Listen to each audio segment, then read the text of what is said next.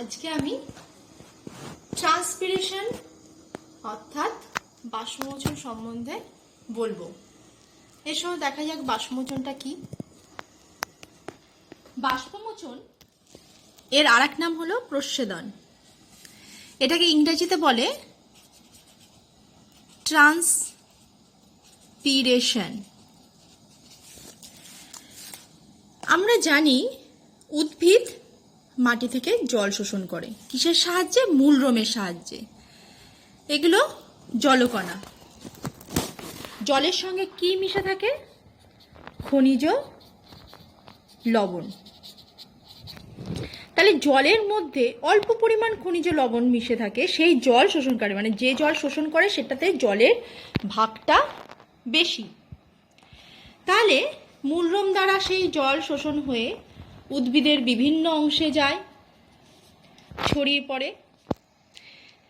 উদ্ভিদের যে বিভিন্ন বিপাকক্রিয়া চলে তাতে জল লাগে এবং এর উদ্ভিদের গঠনের জন্য জল লাগে, কিন্তু যতটা পরিমাণ জল টানে সেটা একটু বেশি হয়ে যায়, মানে যা কাজে লাগে তার তুলনায় বেশি। তাহলে প্রয়োজনের অতিরিক্ত জল মূলরোম দিয়ে শোষণ করে। তাহলে এই প্রয়োজনের অতিরিক্ত জল তো সে আর সঞ্চয় করে রাখতে পারে না, তাকে সেটা ত্যাগ করতে হবে। তাই সে কিসের সাহায্যে ত্যাগ করে? পাতায় ক্ষুদ্র ক্ষুদ্র ছোট ছোট ছিদ্র থাকে,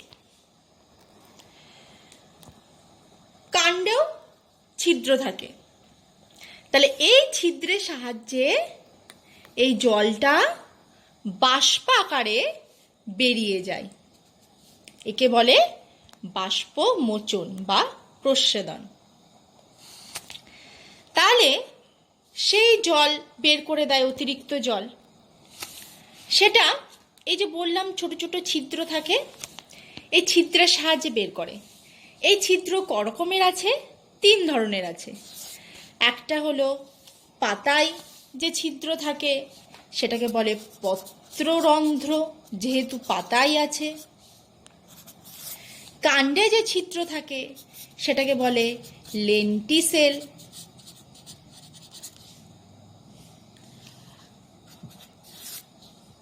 আর পাতায় আরেক ধরনের ফাটল দেখা যায়। এটা জেনারেল ছিদ্র নয়, মানে সাধারণত এই ছিদ্রটা থাকে না, কিন্তু পাতায় তো আমরা জানি যে পাতা কিউটিকল দিয়ে আবৃত, যাতে বাইরের আঘাত থেকে রক্ষা পাওয়ার জন্য। সেই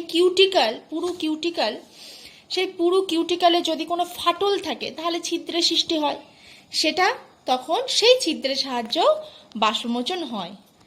তখন সেই ছিদ্রটা হলো কিউটিকুলার ছিদ্র।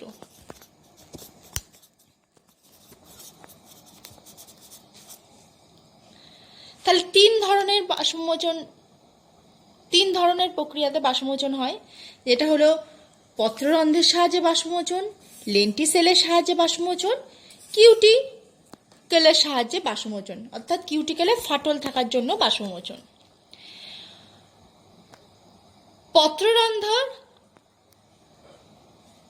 ইংরেজি টার্ম হলো স্টোমাটা। পত্ররন্ধ্র দিয়ে যে বাষ্পমোচন হয় তাকে বলে পত্ররন্ধ্রীয় বাষ্পমোচন। লেন্টিসেল দিয়ে যে বাষ্পমোচন হয় সেটাকে বলে লেন্টিকিউলার বাষ্পমোচন। কিউটিকুলার দিয়ে যে বাষ্পমোচন হয় তাকে বলে কিউটিকুলীয় বাষ্পমোচন। তো এখানে দেখা যাচ্ছে 3টে ছিদ্রই উদ্ভিদ দেহে প্রচুর পরিমাণে থাকে না।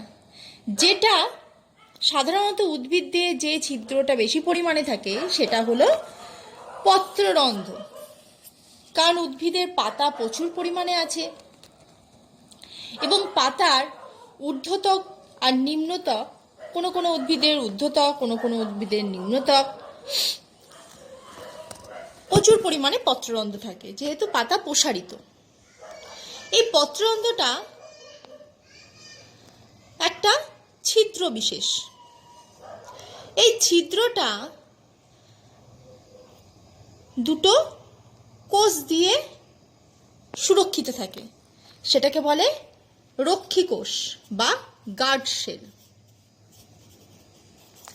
যেমন গেটে, আমাদের গেটে যে কোনো বড় রাজবাড়ির গেটে দারোয়ান থাকে, তো দারোয়ান ইচ্ছে মতো দরজা খুলে দেয়, দরজা বন্ধ করে, ঠিক রক্ষীকোষেরও সেই রকম কাজ, এই ছিদ্রটাকে খোলা এবং বন্ধ করা। এই রক্ষীকোষের চারপাশে যে কোষগুলো থাকে সেই কোষগুলো অন্যান্য কোষের তুলনায় একটু আলাদা রকম। ধরো পাতা, এখানে একটা স্টোমাটা আছে, এখানে একটা স্টোমাটা আছে, তো এই চারপাশে যে কোষগুলো সেটা একটু কিসের, কোনগুলোর তুলনায় আলাদা? এই আশেপাশের কোষগুলোর তুলনায় আলাদা। তাহলে এই কোষগুলোকে বলে সম্পূরক কোষ। কি বলে? সম্পূরক কোষ, যেহেতু একটু আলাদা বাদবাকি কোষগুলো থেকে। তাহলে এই যে রক্ষী কোষ ছিদ্রটাকে বন্ধ করতে পারে যখন খুশি, ছিদ্রটাকে খুলতে পারে যখন খুশি, এটা ডিপেন্ড করে, এটা নির্ভর করে এই রক্ষী কোষের মধ্যে যে অভিস্রবণীয় চাপ এবং রসস্ফীতির জনিত চাপ কমা বাড়া হয় তার উপর। রসস্ফীতি চাপ কমা বাড়ার জন্য এই খোলা বন্ধটা হয়। আমি আরেকটু ডিটেলসে যাচ্ছি, মানে একটু বোঝানোর জন্য বলছি। ধরো এই রক্ষী কোষগুলো খুব পরিমাণে খেয়েছে, জল টল সমেত খাবার প্রচুর খেয়েছে, খেয়ে দিয়ে মোটা হয়ে গেছে, মোটা হয়ে এরকম ফুলে গেছে, ফুলে গিয়ে এটা খুলে গেছে, কারণ রক্ষী কোষগুলো আকৃতিই হলো এরকম আকৃতি, তাহলে ফুলে গিয়ে এইরকম আকৃতিই হবে, তাহলে সেটা খুলে গেছে। আর যখন এই রক্ষী কোষগুলো জল কমে যায় ভেতরের, তখন এটা চুপসে যায়, এরকম হয়ে যায়। তাহলে চুপসে যদি যায় তাহলে রক্ষী কোষগুলো এরকম হয়ে যাবে, তার জন্য এই ছিদ্রটা বন্ধ হয়ে গেল। তাহলে এটা নির্ভর করে রসস্ফীতিজনিত চাপ বাড়া কমার ফলে, অর্থাৎ যখন জল কমে যায় তখন এরকম চুপসে যায়, যখন জল ভরে যায় ফুলে ওঠে তখন পত্ররন্ধ্রটা খুলে যায়। তাহলে এর মাধ্যমে পত্ররন্ধ্র দিয়ে যখন খুলে যায় তখন বাষ্পাকারে অতিরিক্ত জল বেরিয়ে যায়, আর যখন বন্ধ হয়ে যায় তখন আর জল বেরোতে পারে না বাষ্পাকারে, অর্থাৎ বাষ্পমোচন হয় না। এবার আরেকটা কথা বলি, বাষ্পীভবনের নাম তোমরা জানো। বাষ্পীভবনটা কি জিনিস? যেমন আমরা গ্যাসে, হিটারে জল গরম করি, জল ফুটছে, তার মানে জলটা বাষ্পাকারে কিছুটা উবে যাচ্ছে, এটা হলো বাষ্পীভবন, যেটা ভৌত প্রক্রিয়া, এটা কোনো জীবদেহের মধ্যে ঘটে না। কিন্তু এই বাষ্পমোচনটাও জল বাষ্পাকারে বেরোচ্ছে, কিন্তু সেটা জীবদেহের মধ্যে, এটা হলো একটা জৈবিক প্রক্রিয়া। তাহলে এবার আমরা দেখব এই যে বাষ্পমোচন হচ্ছে, তাহলে এই বাষ্পমোচনের জন্য রন্ধ্র থাকে, পত্ররন্ধ্র। পত্ররন্ধ্রে কি দিয়ে ঘেরা থাকে? একটা দুটো গার্ড সেল দিয়ে, অর্থাৎ রক্ষী কোষ দিয়ে। এর নিচে একটা গহ্বর মতো থাকে, অর্থাৎ তো পত্ররন্ধ্রের মধ্যে এটা একটা কক্ষ, সেই কক্ষটা ফাঁকা জায়গা, এখানে কোনো কোষ নেই।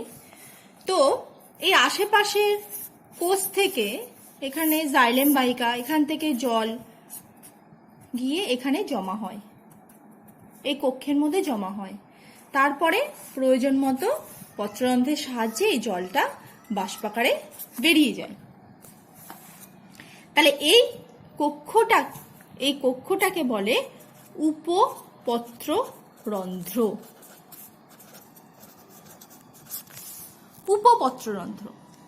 তাহলে এইভাবে জল বাষ্পাকারে বেরোয় এই প্রক্রিয়ায়। তাহলে বাষ্পমোচন কি? বাষ্পমোচন হলো একটা জৈবিক প্রক্রিয়া, যেই প্রক্রিয়ার সাহায্যে উদ্ভিদ দেহের অতিরিক্ত জল বাষ্পাকারে বেরিয়ে যায় পত্ররন্ধ্র, লেন্টিসেল, কিউটিকলের মাধ্যমে, সেটাকে বলে বাষ্পমোচন। আচ্ছা, এবার আমরা যাচ্ছি কিউটিকল যেটা বললাম, যে কিউটিকল কোথায় থাকে? এই পাতার ধরো ওপরে পুরু আস্তরণ আছে, হঠাৎ কোনো কারণে আঘাতপ্রাপ্ত হলে ফাটল সৃষ্টি হয়, সেই ফাটলটাই হলো কিউটিকুলার ছিদ্র। লেন্টিসেল কি? লেন্টিসেল হলো কাষ্ঠল উদ্ভিদের শাখা এবং কাণ্ডে, কাষ্ঠল উদ্ভিদের শাখা কাণ্ডে কি থাকে? এরকম কাণ্ড শাখা থাকে। কাণ্ড শাখার মধ্যে যদি কোনো ছিদ্র থাকে, ছিদ্র থাকে, জাস্ট ছিদ্র, সেটা হলো লেন্টিসেল। এবার আমরা জানবো যে বাষ্পমোচন, এই যে খোলা বন্ধ, এটা নিয়ন্ত্রণ হয়। তাহলে বাষ্পমোচন নিয়ন্ত্রণের জন্য শর্ত লাগে কতগুলো, সেটা কি শর্ত? উষ্ণতা, উষ্ণতা যদি বেশি হয় তাহলে পত্ররন্ধ্র খুলবে এবং বাষ্পমোচন হবে। উষ্ণতা যদি কম হয় তাহলে পত্ররন্ধ্র বন্ধ হয়ে যাবে, বাষ্পমোচন কম হবে। কেন হয়? উষ্ণতার জন্য যে পাতা আছে, ধরো ছিদ্র আছে, এখানে যে বায়ু আছে, এই বায়ুর আর্দ্রতাটা কমে যায়। আর্দ্রতা, আর্দ্রতা মানে বাতাসের মধ্যে জলীয় বাষ্প উপস্থিতিকে বলে আর্দ্রতা। জলীয় বাষ্প মানে জলটা বাষ্পাকারে উপস্থিত, তাহলে জলীয় বাষ্পর উপস্থিতিতে হলো আর্দ্রতা। যদি আর্দ্রতা কম হয়, অর্থাৎ জলীয় বাষ্পের পরিমাণ যদি কম থাকে, তাহলে কি এখানে জলের পরিমাণ কম, তাহলে অনায়াসে জল এখানে পূর্ণ হতে পারে জলীয় বাষ্প বেরিয়ে। তাহলে তাই উষ্ণতা বাড়লে জলীয় বাষ্প কম হয়, তার জন্য বাষ্পমোচন বেশি হয়। আর উষ্ণতা যদি কম থাকে তাহলে জলীয় বাষ্পের পরিমাণ বাতাসে বেশি থাকে এবং বাষ্পমোচন কম হয়।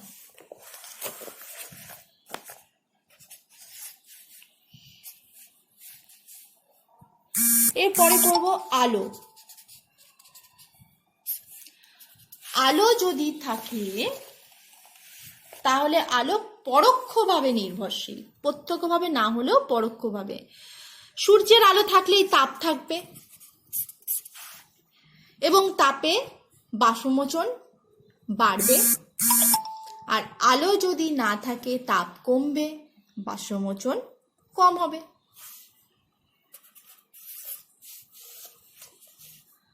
আর্দ্রতা,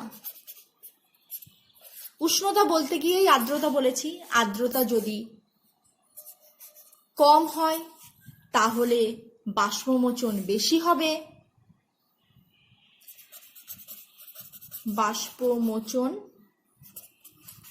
বেশি হবে।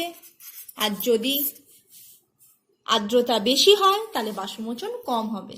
আমি তোমাদের আগেই বললাম যে বাতাসে উপস্থিত জলীয় বাষ্পের পরিমাণ আর্দ্রতার নির্ভর করে, তাহলে সেটা আমি বললাম। তার জন্যই আর্দ্রতার সঙ্গে এটা ব্যস্তানুপাতে, অর্থাৎ আর্দ্রতা কম হলে বেশি হবে বাষ্পমোচন, আর্দ্রতা বেশি হলে বাষ্পমোচন কম হবে।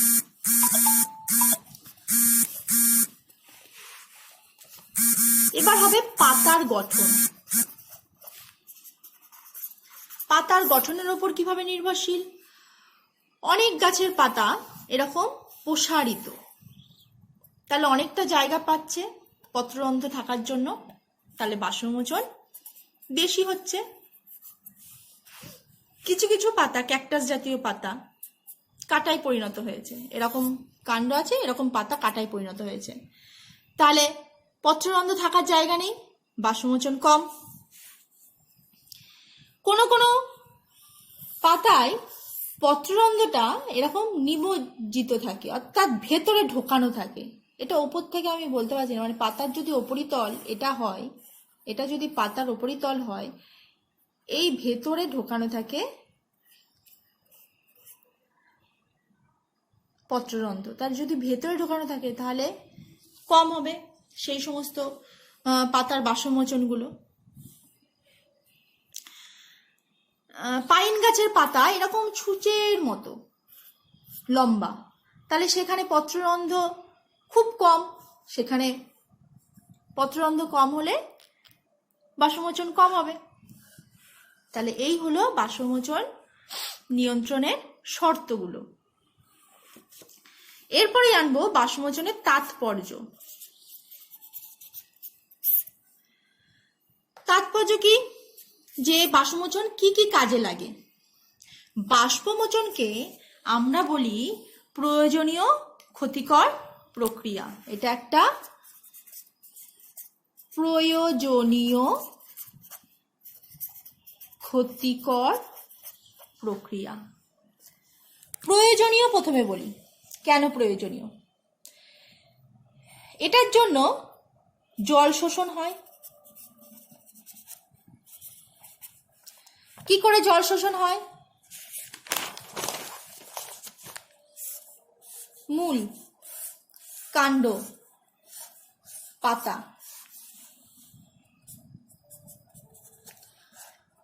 মূল দিয়ে জল শোষণ হয়ে পাতায় গিয়ে বাষ্পমোচন হলো।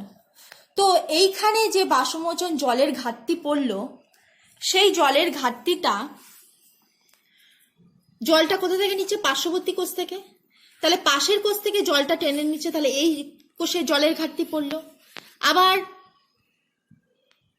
এই কোষ থেকে টেনে নিচ্ছে, জলের ঘাটতি পড়লো। তাহলে এই জলের ঘাটতি পূরণ করার জন্য, এই বাষ্পমোচন হওয়ার জন্য এখান থেকে একটা পাতা থেকে মূল পর্যন্ত একটা টান অনুভব করে, একটা টানছে। এই টানের জন্যই জল শোষণ হচ্ছে। কারণ আমরা জানি যে গাছে যে জাইলেম বাহিকা দিয়ে জল শোষণ হয়, তার মাঝে কোনো ফাঁক জায়গা থাকবে না, অর্থাৎ বাবলস হবে না, কোনো বায়ুপূর্ণ জায়গা থাকবে না, অর্থাৎ পুরোটাই জলস্তম্ভ গঠন করবে।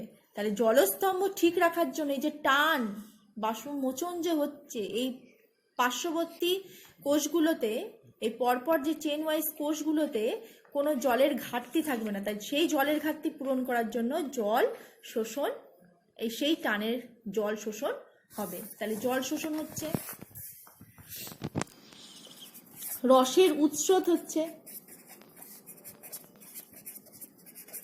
রসের উৎসত কি? জল শুধু শোষণ হয় না, জলের সঙ্গে খনিজ লবণ মিশে থাকে। তাহলে এই খনিজ লবণ প্লাস জল, এই দুটোকে একসঙ্গে বলছি রস। তাহলে রসটা উৎসত মানে ওপর দিকে উঠছে, তার জন্য রসের উৎসত। পাতার তলের উষ্ণতা হ্রাস অর্থাৎ কম হয়। উষ্ণতা কিভাবে কম হয়? এই যে বাষ্পমোচন হচ্ছে, জল বাষ্পে পরিণত হওয়ার জন্য তাপ লাগে, লিন তাপ। সেই তাপটা কোথা থেকে নিচ্ছে? পাতার থেকে নিচ্ছে। তাহলে পাতা থেকে যদি তাপটা নেয়, তাহলে পাতার উষ্ণতা কমে যাবে, লিন তাপটা কম হওয়ার জন্য কমে যাবে। তাহলে তার জন্য পাতার উষ্ণতা হ্রাস হয়। আর কি? আর হলো রসস্ফীতি চাপ নিয়ন্ত্রণ করে, অর্থাৎ রসস্ফীতিজনিত চাপের ভারসাম্য রক্ষা করে। প্রত্যেকটা কোষের এই যে জলের ঘাটতি, রসস্ফীতি চাপ কমে গেল, রসস্ফীতি চাপ বেড়ে গেল, কমে গেল, এই রসস্ফীতি চাপটা ভারসাম্য রক্ষা করছে, অর্থাৎ জলটা, এই জল শোষণের জন্য জলের ঘাটতিটা পূরণ করছে। এটা হলো রসস্ফীতি জনিত চাপের ভারসাম্য রক্ষা করা। এগুলো হলো উপকারী। আর কি? আর প্রয়োজনীয় অতিরিক্ত জল গাছ বাষ্পাকারে বের করে দিতে পারছে, যেই জলটা প্রয়োজনের অতিরিক্ত সেটা। এবার ক্ষতিকর প্রক্রিয়াটা কি? যদি প্রচন্ড